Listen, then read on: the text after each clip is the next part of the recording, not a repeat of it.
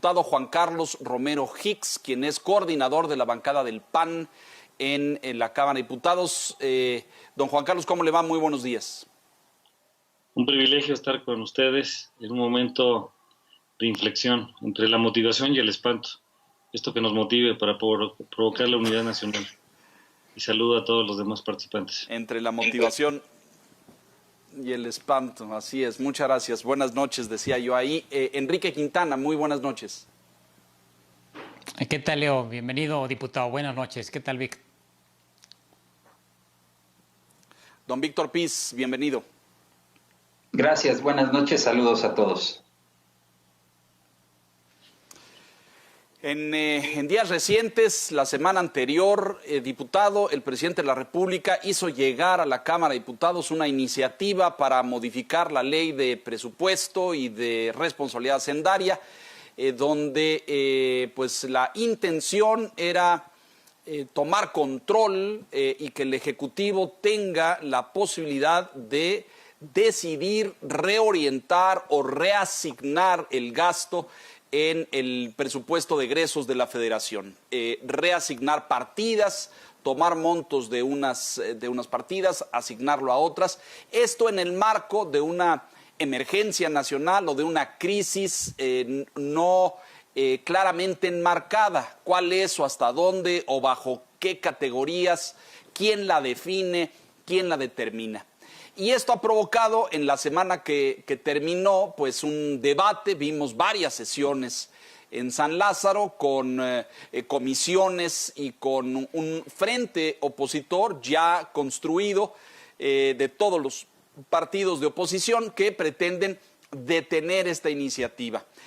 Podríamos empezar por una reflexión general sobre esto, diputado, y luego ir a los detalles, porque pues, la bancada de Morena ha anunciado y ha dicho ya que iba a hacer modificaciones. Entonces, ¿cómo la recibieron, diputado Romero Hicks, y qué impresión le causa esta iniciativa? La iniciativa ha sido una sorpresa para nosotros.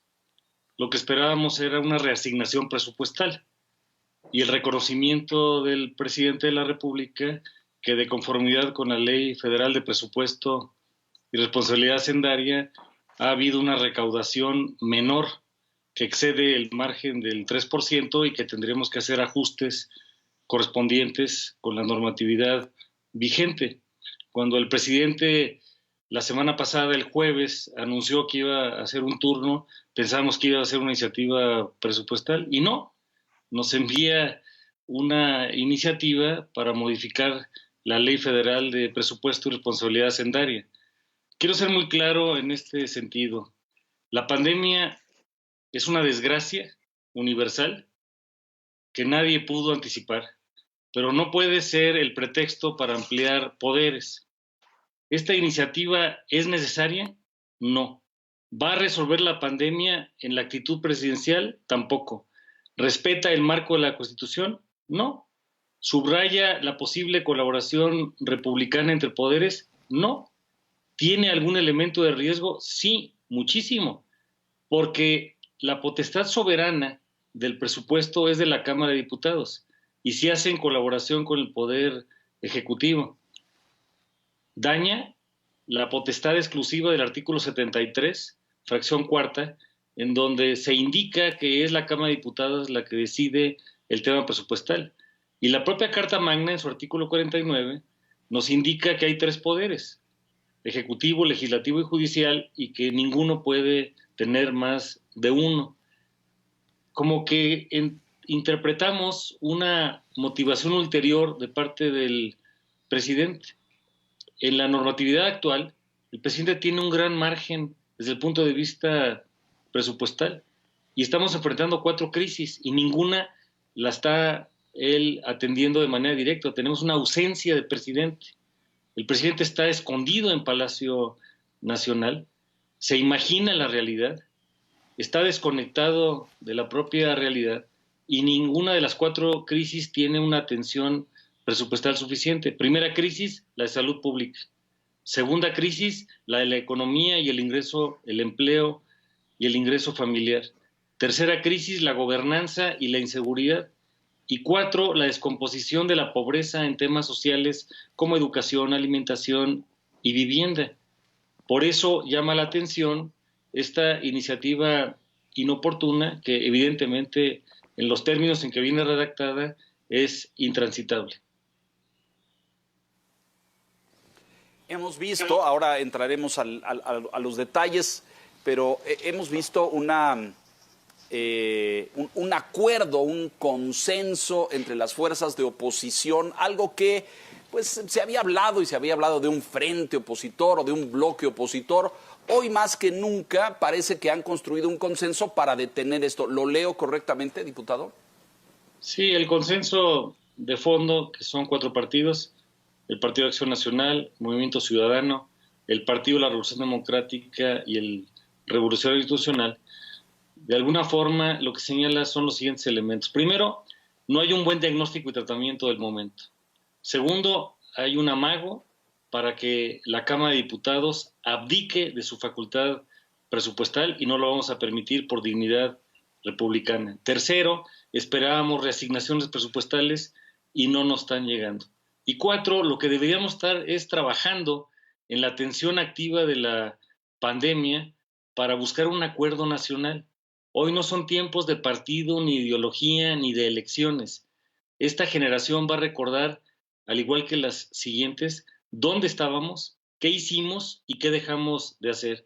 Es una epidemia que no podíamos anticipar y que lamentablemente nos está costando por todas partes y que requiere del concurso de todas las autoridades, los 3 órdenes de gobierno, municipio, estado y federación, y los 3 poderes correspondientes, ejecutivo, legislativo y judicial.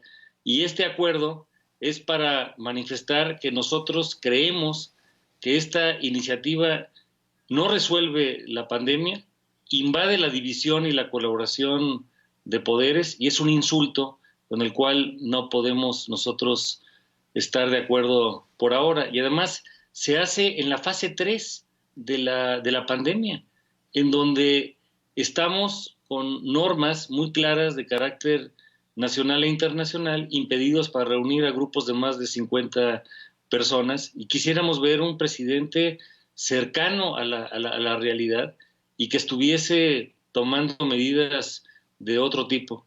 Por eso esperábamos la reasignación presupuestal y no ha llegado. Enrique Quintana, por favor. Diputado, en la fracción de Morena han aceptado hacer algunos cambios a la propuesta original. Señaladamente, el definir las condiciones para que se dé la emergencia económica, una caída de 1% en el Producto Interno Bruto, ponerle cota al porcentaje del presupuesto que eventualmente el Ejecutivo puede reasignar, el 10%, y establecer el condicionamiento de que tiene que ser autorizado por la Cámara de Diputados.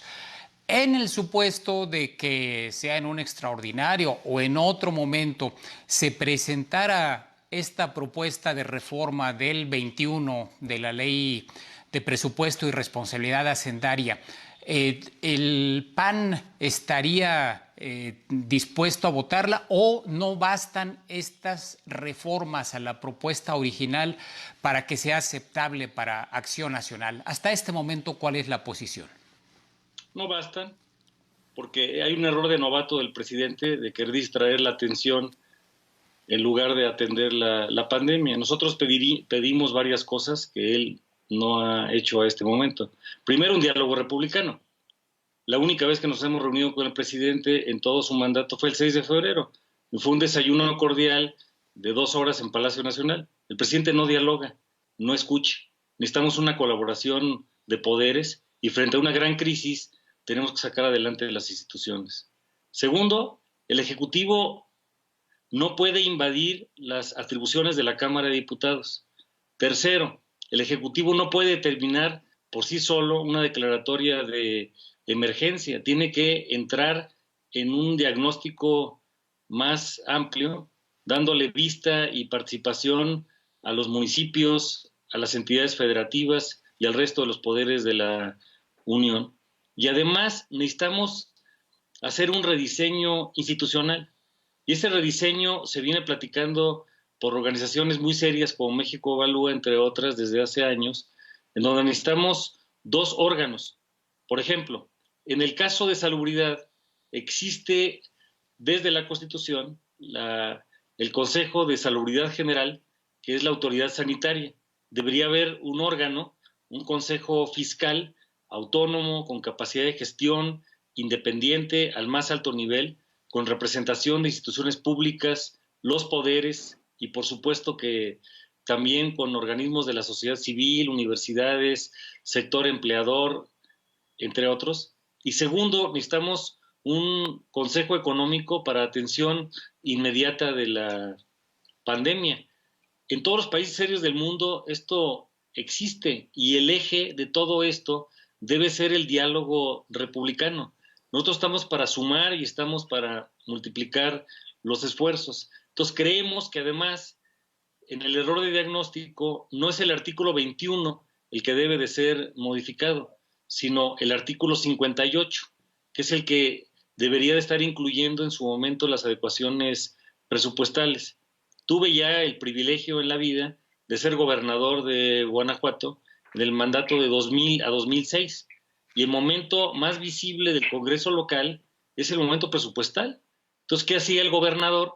Pues íbamos al Congreso, nos arremangábamos, dialogábamos con los legisladores, establecíamos el diagnóstico compartido a partir del Plan Estatal de Desarrollo y veíamos las adecuaciones que podían atenderse desde una manera integral, ya sea para modificar las estructuras administrativas, las partes funcionales, los flujos, los montos y en su caso las propias asignaciones.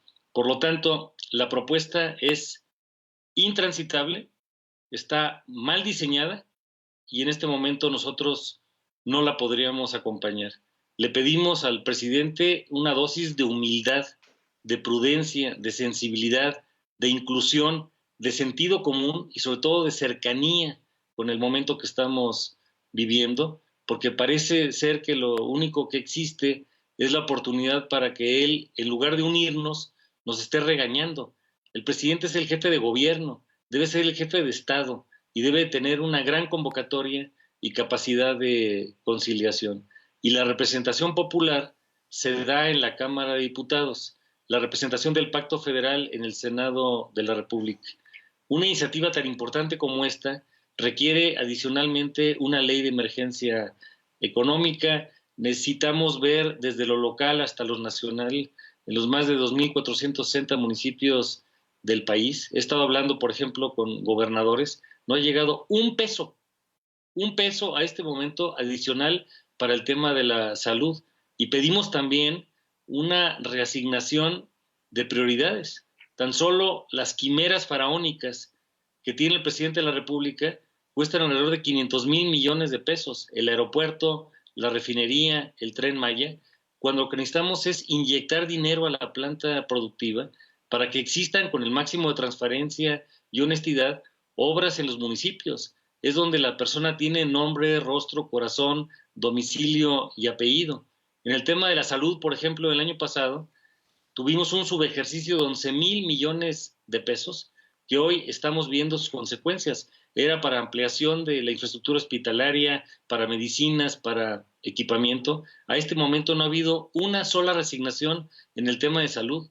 En el caso de la economía, veamos lo que están haciendo los demás países. Todos los economistas serios coinciden en que se necesitan al menos 3 tipos de medidas. La primera es reasignar en salud y no lo estamos haciendo. Y ya estamos padeciendo la ausencia de camas, de respiradores y del equipamiento necesario, las pruebas científicas para diagnosticar las personas infectadas. Segundo, se necesita tener un apoyo de transferencias no condicionadas a los segmentos más vulnerables. El presidente tiene una obsesión para atender a los jóvenes que están estudiando, está bien, a cambio de rendimiento, y a los adultos mayores y personas con discapacidad, pero no está atendiendo las personas que tienen desempleo. Necesitaríamos estar tomando medidas verdaderamente impactantes para la micro, la pequeña y la mediana empresa, que es el 90% de la economía, para atender el deferimiento de pagos fiscales, y una serie de medidas adicionales que hemos venido proponiendo, pero el presidente no escucha. Y tercero, los economistas lo que nos dicen es que hay que tener apoyos necesarios para la economía formal y la economía no formal. Hoy tenemos familias que se están yendo a dormir con el temor de la salud y la vida, el empleo y el ingreso familiar, y se despiertan temprano con la angustia y no tienen un gobierno federal que lo esté acompañando. Ojalá el presidente reconsidere y pueda cambiar su perspectiva, porque en el camino estamos perdiendo todos. Víctor Piz, por favor. Sí, diputado, en medio de este debate sobre la iniciativa presidencial, se ha planteado la posibilidad de que más que hacer esta reforma, el artículo 21 de la Ley Federal de Presupuesto, se debería hacer o transitar hacia la figura de un presupuesto suplementario o emergente, eso por una parte, o por otra, ¿por qué no modificar el decreto que aprobó el Congreso, la Cámara de Diputados, sobre el presupuesto que está vigente para este año? No sé qué tan viable sería cualquiera de estas dos propuestas que cuando menos están ahí en el debate. Don Víctor, en plena coincidencia, es lo que esperábamos, pero el presidente sigue gastando dinero. Hace poco tiempo le inyectó 65,000 millones de pesos a Petróleos Mexicanos, que es prácticamente tirarlo a la basura. Estas propuestas muy serias, como un presupuesto suplementario que se podrían incorporar eventualmente en el artículo 58, son el tipo de consideraciones que deberíamos estar haciendo de cara y de frente al país, y en un acto de humildad el presidente debería reconocer que sus proyectos de quimera deberían ser postergados. Diputado, por lo que escucho, el PAN no va a conceder y el bloque opositor no va a permitir que esto avance como está. ¿Qué modificaciones tendrían que hacerse para que pudiera tener viabilidad legislativa? ¿Qué dice de esto? Primero, que tuviésemos un diagnóstico común e integral, compartido con la Cámara de Diputados. Segundo, tendríamos que ver las posibles resignaciones presupuestales, guardando las prioridades para las atenciones de las crisis, particularmente las 4. 1, la de sanidad. 2, la de economía, empleo e ingreso familiar. 3, la que se refiere a la seguridad. Y 4, las consecuencias sociales para los temas de la pobreza. Y junto con esto tendríamos que hacer un rediseño institucional a fondo, que debería incorporar una ley de emergencia económica, que debería tener una revisión seria, integral de las políticas públicas en los 3 aspectos que ya comentamos hace un momento: mayor dinero a la salud, las transferencias sin generación de clientelas y apoyos a la economía formal y no formal. Y en el caso del manejo del presupuesto, tendríamos que pensar en serio, más allá de todo esto, para tener un Consejo Fiscal autónomo, y eso eventualmente debería estar desde la Constitución política del país, y la previsión de un Consejo Económico de Emergencia. Dicho de otra forma, son 4 elementos. 1, revisión de políticas públicas en serio, que no se ha hecho. 2, la legislación necesaria, que nos toca. 3, los rediseños institucionales. Y 4, el financiamiento a través del presupuesto y su mejor ejercicio del gasto. Antes de irnos a la pausa rápidamente, dada la composición de los pesos y los contrapesos en la Cámara, lo someto a su consideración, pero Morena tiene mayoría y entiendo que para hacer los cambios en esta ley de presupuesto y responsabilidad hacendaria es necesaria solamente mayoría simple y ellos la tienen.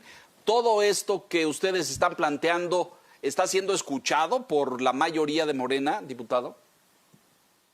La respuesta lamentablemente es que no estamos en ese diálogo.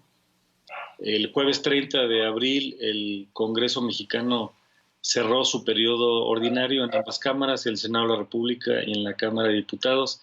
Ahora está actuando la comisión permanente del 1 de mayo al 31 de agosto. teníamos la presidencia de la Comisión de Presupuesto vacante, ya se resolvió días antes del cierre del periodo. Ahora es el diputado Erasmo González el que está encabezándolo, y lo que deberíamos estar haciendo es buscar soluciones. Pero, por ejemplo, les voy a dar respuesta a varias preguntas. ¿El secretario de Hacienda nos ha buscado a partir de esta iniciativa? No. El presidente pues, no voltea ni a mirar la realidad. Está escondido en Palacio Nacional, y tenemos un presidente muy legítimo y con una amplia popularidad que no está aprovechando el momento. Por eso llama la atención, y hay diferentes hipótesis, cuál es la motivación real o la motivación ulterior en esta iniciativa. Parecería que tienen temor de perder la mayoría en el año electoral próximo, en el 2021, porque sí tienen la mayoría, se ha aprobado en el presupuesto, no le cambiaron prácticamente un solo peso, y hoy lo que necesitamos es sacar adelante todo esto, porque a partir de la crisis de la pandemia, las prioridades del país han cambiado y tenemos que reconocerlas. Déjenos hacer una pausa, diputado, y regresamos, si nos permite, a profundizar en esta motivación ulterior y lo que está ahí adentro, que es un argumento que presentaba ya Enrique Quintana a lo largo de la semana, el tema político y el calendario electoral del año entrante. Vamos a mensajes rápidamente, estamos en la silla roja con el diputado Romero Hicks. Volvemos.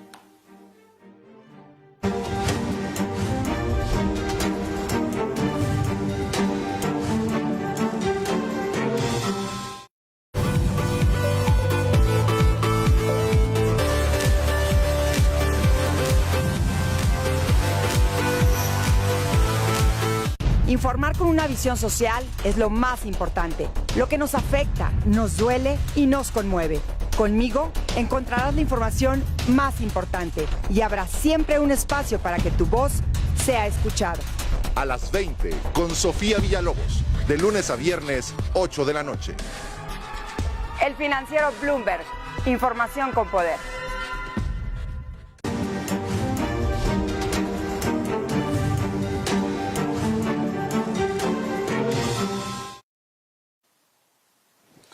Estamos de regreso. Enrique Quintana, si quieres abordar esta argumentación, esta motivación político-electoral que pudiera estar debajo de esta iniciativa, por favor. Bueno, ya lo sugería el diputado.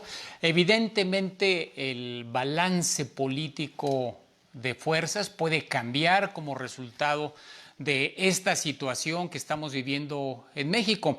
En el Financiero hicimos recientemente una encuesta donde observamos que la intención de voto hacia Morena en las elecciones de 2021 a nivel de diputados federales, pues estaba claramente con una tendencia a la baja.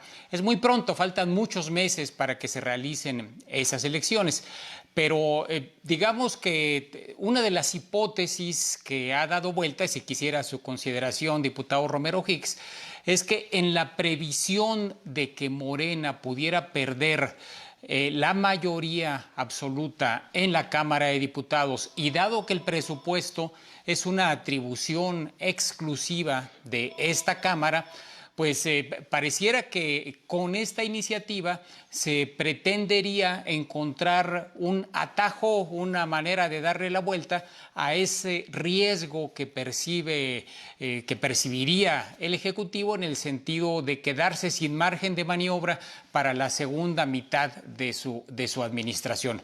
¿Cómo percibe esta posibilidad?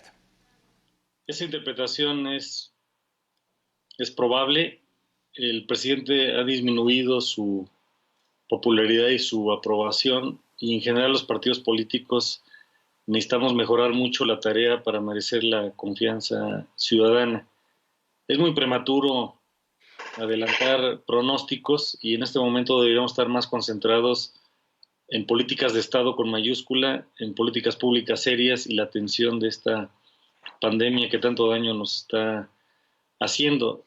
La elección del año próximo va a ser la elección más grande de la historia, salvo el Senado de la República y la Presidencia, casi todo lo demás se va a hacer. Son más de 3,000 elecciones. Estamos hablando de la revisión completa de los 500 diputados federales, 15 gubernaturas, incluyendo Baja California, que esperemos se sostenga que se eligió al gobernador bajo un mandato de menor duración, y 30 elecciones locales, exceptuando los casos de Durango y Estado de México que no tienen elecciones locales. Todos los demás tienen elecciones para ayuntamiento y o para Congreso local. El padrón se estima que será de 96 millones de electores, y va a ser muy importante el atender las circunstancias. Hay un límite que es el último día de mayo para hacer cualquier modificación a la legislación electoral, dado que en la primera semana de septiembre es cuando el Instituto Nacional Electoral inicia el proceso para la convocatoria de la sucesión de la Cámara de Diputados. Entonces vamos a necesitar partidos serios, más propositivos en sus plataformas electorales, los mejores candidatos, y vencer el fantasma del abstencionismo. En el viejo sistema del Museo de Arqueología Política del siglo pasado, el viejo régimen tuvo siempre dos aliados, el abstencionismo y el fraude. Esperemos que en esta ocasión exista una gran participación ciudadana, una gran exigencia para que los competidores estén a la altura de la circunstancia. Y en este momento debemos ser muy prudentes y muy exigentes.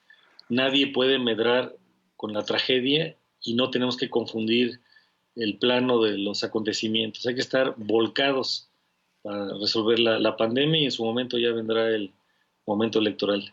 Y en el camino estaba previsto que a fines de junio del mes próximo se definiría la posible admisión de nuevos partidos políticos. El INE está revisando los expedientes, es posible que se recorra un poco ese calendario. Estamos hablando potencialmente de que hoy tenemos 8 partidos políticos y alrededor entre 5 y 7 están tocando la antesala para tener también ese formal registro. Va a ser una elección muy importante y esperemos que todos los actores estén a la altura de las circunstancias. Víctor Piz, por favor. Sí, diputado Romero Hicks, no sé qué tanto este debate sobre la reforma a la ley de presupuesto sea un tanto estéril, que no lo es, obviamente, porque quien defiende la iniciativa presidencial argumenta que en el fondo lo que se discute es cómo enfrentar la emergencia y cómo prepararnos para la crisis, bueno, las crisis a las que hacía usted referencia, pero más allá de eso, el presupuesto aprobado para este año es de 6.1 billones de pesos y prácticamente el 80% tiene restricciones legales, rigideces. Hablando, por ejemplo, del pago de pensiones o del costo financiero de la deuda, que son recursos que ya no se pueden tocar, son ineludibles. Si prosperara esta última propuesta de Morena, Enrique hacía referencia a ella al principio, en donde solamente el 10% del presupuesto sería susceptible de modificar, pues serían 600,000 millones de pesos. Entonces, como que quedaría un margen muy acotado para modificar del presupuesto, pero no sé cómo lo ve usted. Siempre es opinable el manejo de las finanzas y el presupuesto. Cuando ellos están proponiendo el 10%, precisamente es el costo de las 3 quimeras faraónicas del presidente de la República. Lo otro que nosotros vemos en el mediano plazo, y así lo propusimos al inicio de esta semana que cerró, es que se necesita hacer una convocatoria a una convención nacional hacendaria. Hay que recordar que ya tuvimos 4 convenciones hacendarias, la última fue en el 2004, y tuve el privilegio de participar siendo gobernador. Había 7 mesas: ingreso, gasto, deuda, inversión, rendición de cuentas, transparencia, entre otras. Me tocó coordinar la mesa de gasto. Y necesitamos hacer una reforma de la hacienda pública de fondo, porque el caudal que se recolecta en poco más del 90% va a la federación y se integra por 2 formas. Uno, el impuesto al consumo, es el impuesto al valor agregado, los impuestos especiales como son tabaco, gaseosas, licores, etcétera. Y segundo, el impuesto al ingreso, que es el impuesto sobre la renta. De todo eso se colecta, se hace una recaudación federal participable y por fórmula en la Ley de Coordinación Fiscal se da a las entidades federativas y a los municipios mediante el régimen de participaciones. Pero en el caso de las aportaciones, que son más discrecionales, evidentemente que ahí el presidente de la República no está mirando a los municipios. El presupuesto que tuvimos en el 2019 y 2020 tiene 4 grandes problemas. Primero, no tiene un gramo de vida federal y municipal, porque las únicas obras son las que tiene el presidente de la República en su cabeza. No reconoce la parte municipal y la parte estatal. Segundo, no está activando la economía de una manera importante. No mira a ver al micro, al pequeño, al mediano empresario, al productor. Tercero, adicionalmente a todo esto, lamentablemente no está atendiendo el tema de la pobreza de manera profunda, amplia e integral, porque en las mediciones de la pobreza, y que en general la Ley de Desarrollo Social considera que son 7 aspectos, entre otros, educación, salud, vivienda, alimentación, seguridad social, agua, vivienda, servicios básicos e ingreso familiar, no está atendiendo las causas de la pobreza, está atendiendo solamente sus propias clientelas. Y finalmente, no está logrando la colaboración con el resto de los órdenes de gobierno. Entonces, el presupuesto en realidad no está siendo atendido de manera apropiada.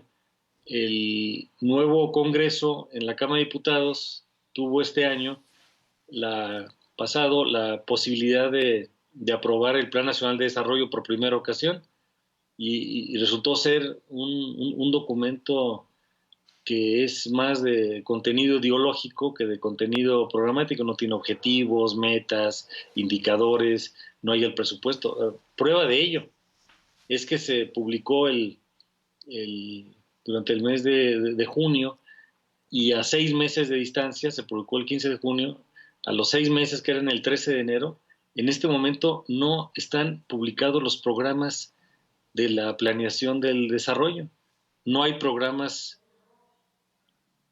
sectoriales, no hay programa de educación, de salud, de energía, de medio ambiente, de agricultura. No se han publicado, no hay programas sectoriales, no hay programas regionales, no hay programas especiales como el de ciencia y tecnología, como el de igualdad de género, y no hay programas institucionales. Entonces, este es un gobierno que lamentablemente no tiene hoja de ruta, ni tiene las aproximaciones financieras para poder sacar adelante al país.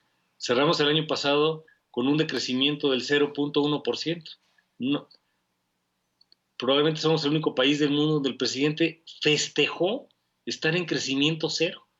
Y este año la previsión es de que lamentablemente va a haber un decrecimiento entre el 6 y el 10%, lo cual va a disminuir la recaudación, el ahorro, la inversión, la participación en infraestructura, y estamos frente a un escenario de finanzas públicas muy, muy adverso, en donde necesitamos la colaboración de todas las personas. Entonces, hay un tema técnico ahí, vamos a resolverlo. Vamos a hacer una pausa, si nos permite usted, en lo que restablecemos la conexión con nuestro invitado. Esto es La Silla Roja, es el diputado Romero Hicks. Vamos a mensajes, regresamos enseguida.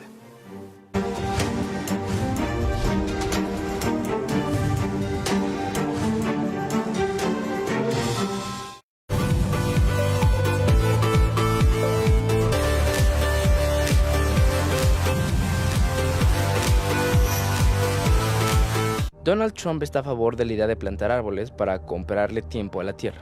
Sin duda es una buena noticia para el medio ambiente, pero la realidad es que plantarlos no salvará al planeta del calentamiento global. ¿Por qué?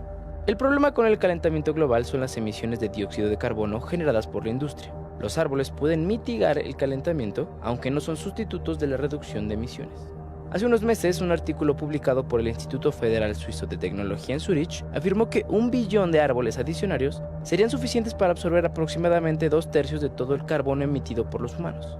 Tiempo después, se publicaron 5 refutaciones sobre esta teoría. El otro dilema es, ¿dónde plantaríamos 1 billón de árboles? Algunos tendrían que plantarse en tierras que se utilizan para la agricultura o el pastoreo, e incluso en áreas de la tundra, lo cual podría empeorar el calentamiento global, según la bióloga Robin Chasson de la Universidad de Connecticut. A pesar de ello, empresas ya aprovechan el potencial de sentirse bien con la plantación de árboles para compensar el carbono que emiten. Hopper, la aplicación de reservas con aerolíneas, está ofreciendo donar dinero para plantar 4 árboles por cada vuelo que reserve. No sirve de mucho. El efecto perjudicial del vuelo es inmediato, mientras que el efecto positivo de los árboles es a futuro. Zach Hausfader, científico climático de la Universidad de California en Berkeley, aseguró que la única forma de mantener el calentamiento global por debajo de los 2 grados centígrados será reducir las emisiones desde ahora. Y aunque los árboles comprarían algo de tiempo dándonos unos años más, primero es necesario reducir las emisiones a 0.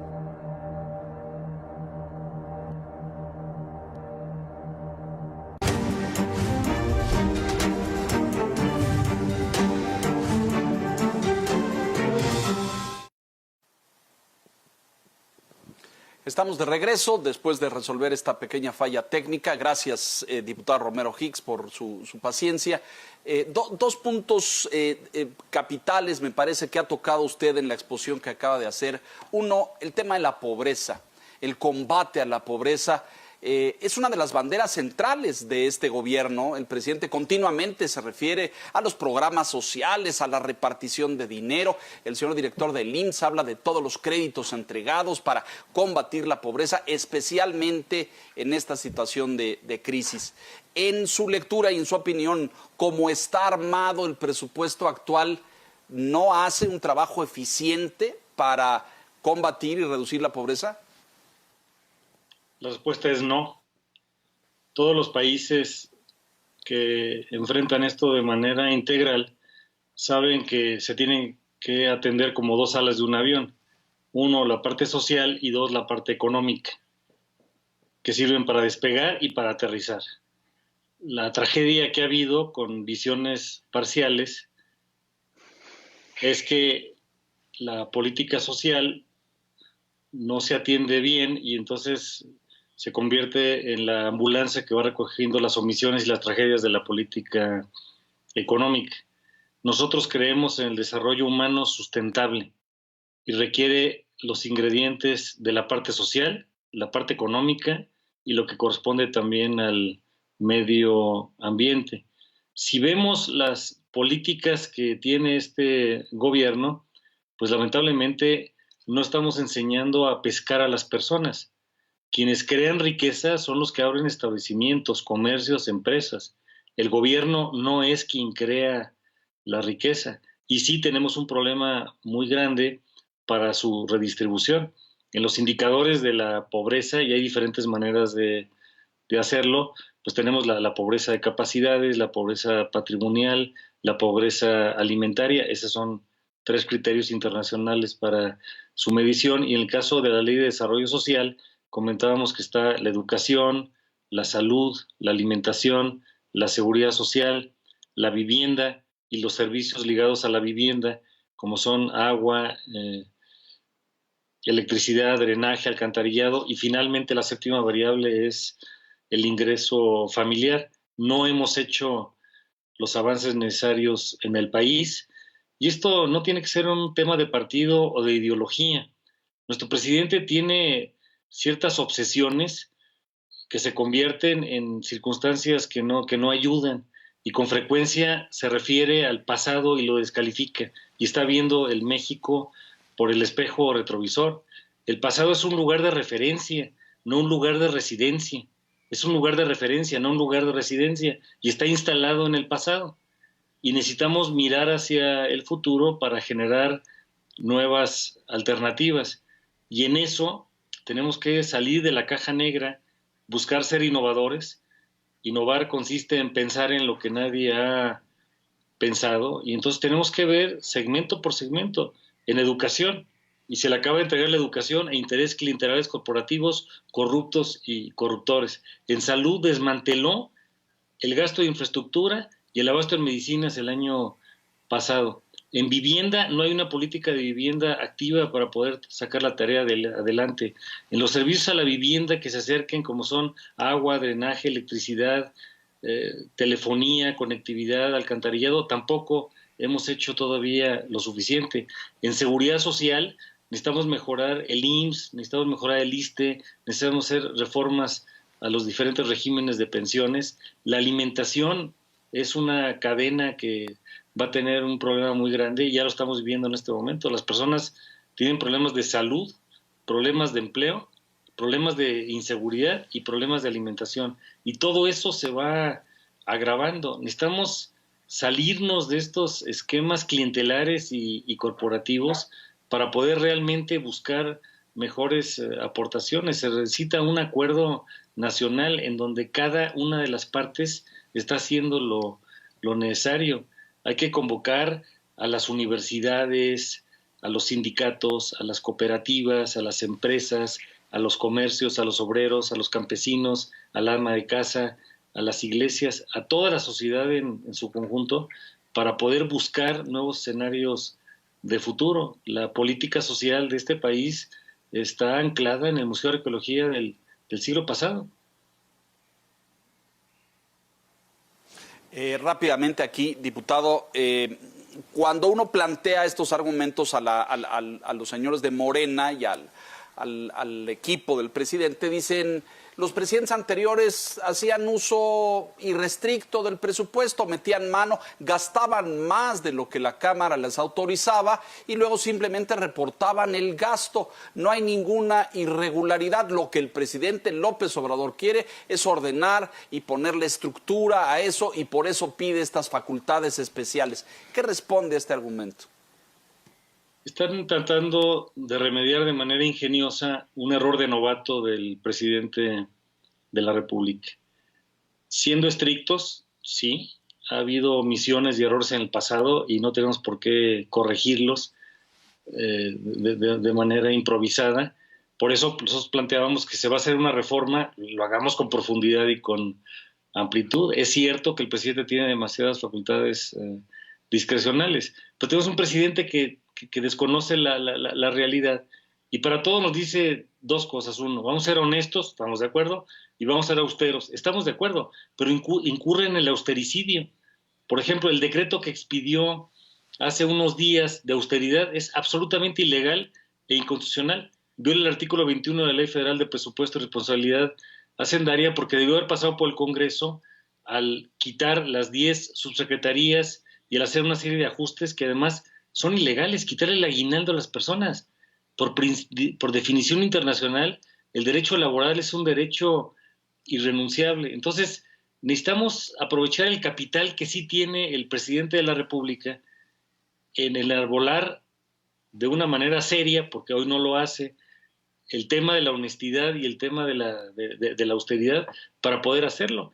¿Cómo podemos hablar de un gobierno que sea honesto cuando cerca del 80% de las compras se hacen por asignación directa y no se han venido haciendo por concurso, por licitación? Hay una contradicción.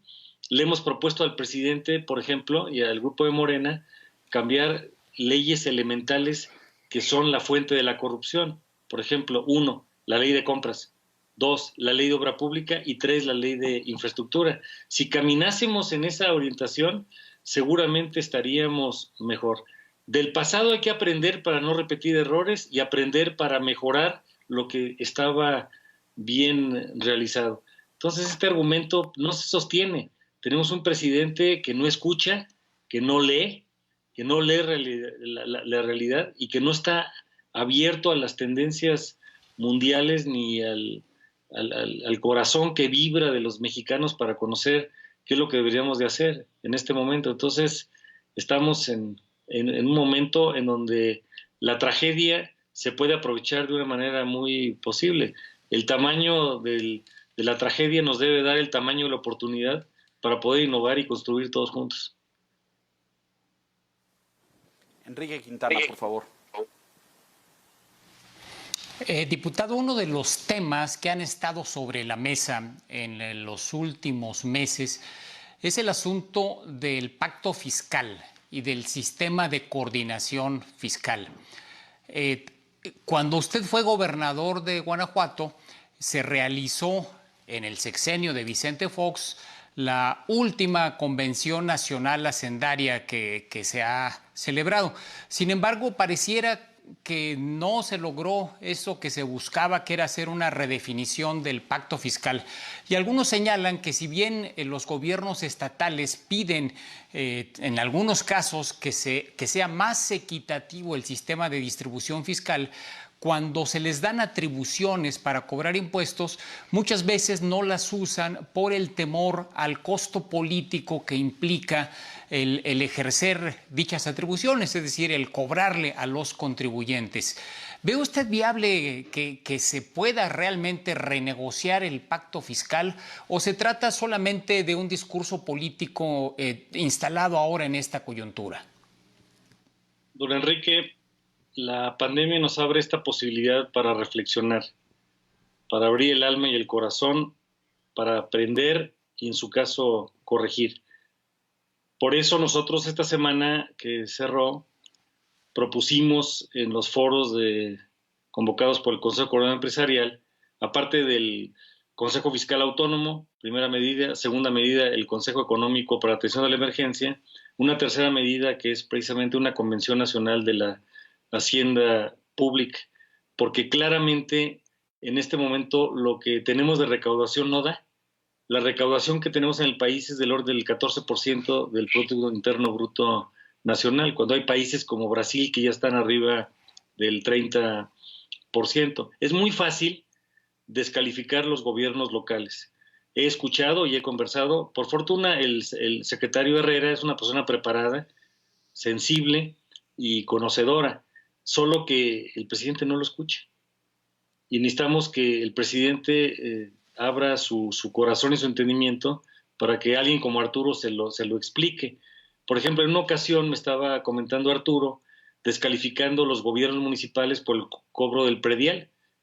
Y le di ejemplos, como por ejemplo en Guanajuato se cobra el predial, indudablemente se puede mejorar muchísimo, pero desde hace años se fue cambiando la nomenclatura. Recuerdo de niño, mi abuela me llevaba a pagar sus contribuciones. Somos contribuyentes, que es muy diferente a hablar de un impuesto. Si hablo de una contribución, la actitud es distinta. Y los gobiernos municipales lo que tienen son impuestos, derechos, productos y aprovechamientos, y en la parte de los impuestos prácticamente lo único que tiene es el impuesto predial. Y el mexicano, por diferentes razones, no está acostumbrado a pagar un impuesto predial. En Guatemala se paga más impuesto predial que en México. Luego, en los impuestos estatales, algunos estados han puesto el cargo de impuesto a la nómina y el impuesto cedular. Cuando llegué a la gubernatura en el año 2000, Guanajuato no tenía impuesto de nómina ni cedular. Con un esfuerzo, con el sector productivo, con empleadores y con sindicatos, pusimos el impuesto a la nómina. Ese dinero se inyecta en un fondo en donde son ellos los que lo resuelven y lo administran, y va a gasto de infraestructura, no a gasto de administración, y se está dedicando a temas importantes que tengan que ver con la posible infraestructura, y que en un sexenio hoy en Guanajuato debe ser del orden de 10,000 millones de pesos que anteriormente no teníamos. Entonces sí hay esfuerzos locales que tenemos que reconocer, pero también lo que hay que reconocer es que más del 90% se va al gobierno federal por este pacto que se hizo hace 30 años, que tiene que revisarse. Y cuando uno ve el gasto, el 80% lo tiene el gobierno federal y el 20% las partes locales. Y de esa parte local, el 20% va a los gobiernos estatales y el 4% a los gobiernos municipales. Hay una apreciación, además, inexacta, desinformada, de creer que el país tiene una estructura jerárquica en escalera de municipio, estado y federación, cuando no es así. El municipio no es menos que el estado, y el estado no es más que el municipio, ni el estado es menos que la federación. Hay atribuciones exclusivas de cada uno y hay algunas que son concurrentes y coordinadas. Hay que revisar el artículo 124 de la Constitución, que es otra propuesta que hicimos en esta semana en que estuvimos cerrando.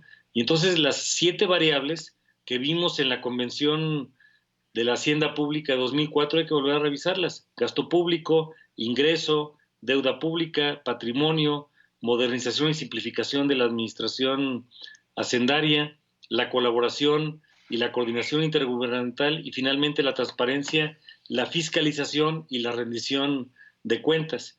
Hoy necesitamos revisar porque tenemos un mundo diferente en retos y necesitamos nuevos paradigmas, nuevos modelos. Víctor Piz, por favor. Sí, a propósito de pacto fiscal, esta pandemia también pues ha puesto sobre la mesa las tensiones que hay entre el gobierno federal y los gobiernos locales, los gobiernos estatales, en medio de este debate sobre centralismo y federalismo. Estas tensiones pues no son nuevas, ya el diputado hacía referencia a lo que pasó en meses recientes con la transición del Seguro Popular al INSABI. Ahí hubo un desgaste en la relación, pero nuevamente vuelve a estar presente porque los gobernadores sienten que están enfrentando de alguna manera solos la epidemia, que no cuentan con los apoyos y los equipamientos necesarios que les pueda proveer el gobierno federal para hacer frente al problema.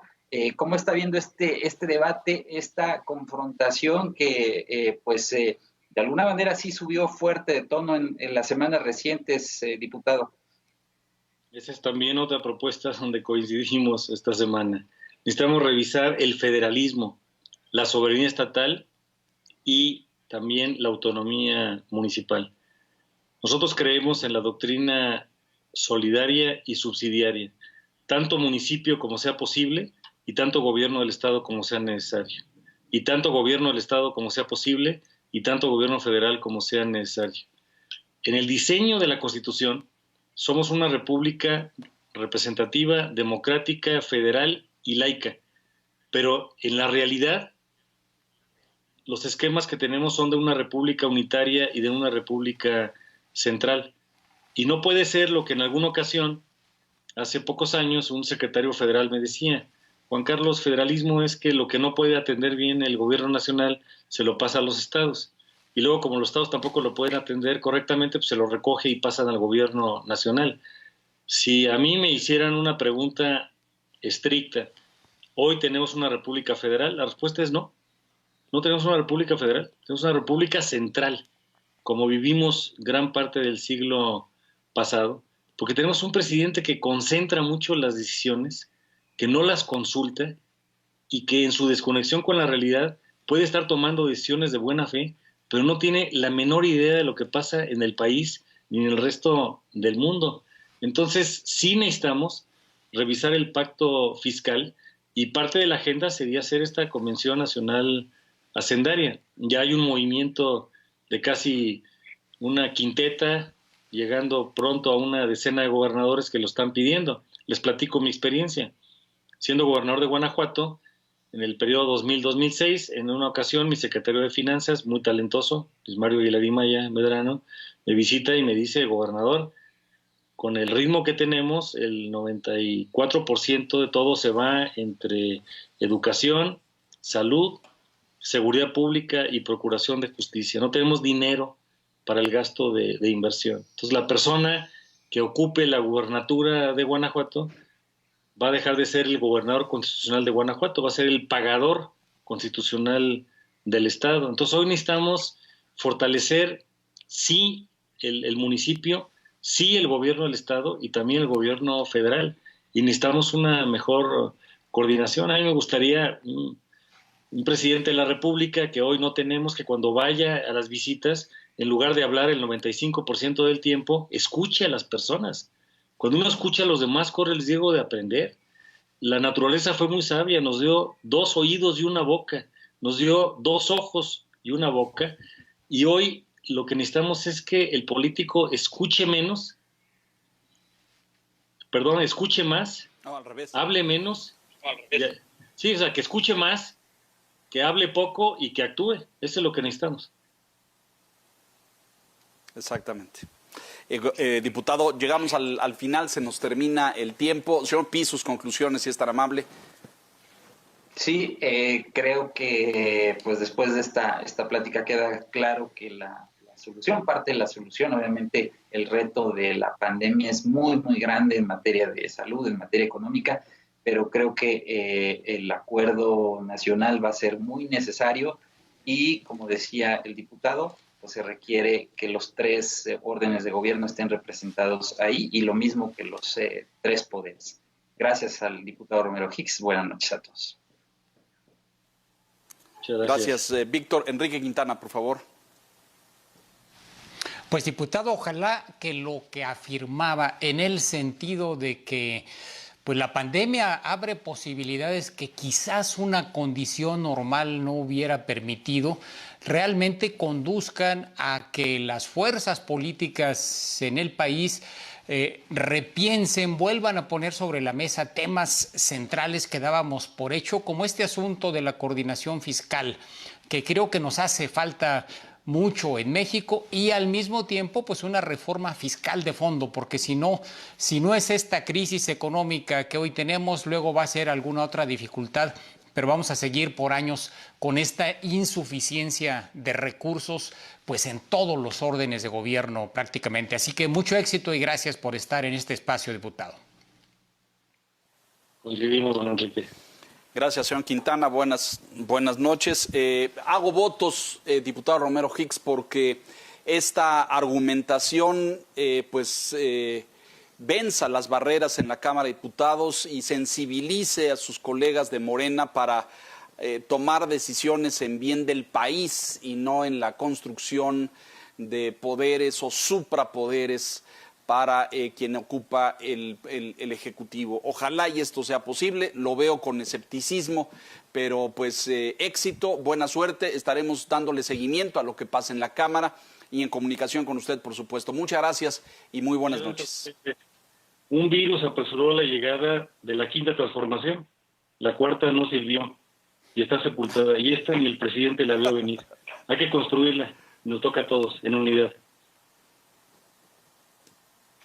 Gracias, diputado Juan Carlos Romero Hicks, coordinador de la bancada del PAN en la Cámara de Diputados. Señor Piz, gracias. Señor Quintana, gracias. Y gracias a usted por la gentileza de su atención esta noche. Aquí La Silla Roja, puntualmente la semana entrante. Hasta entonces, gracias.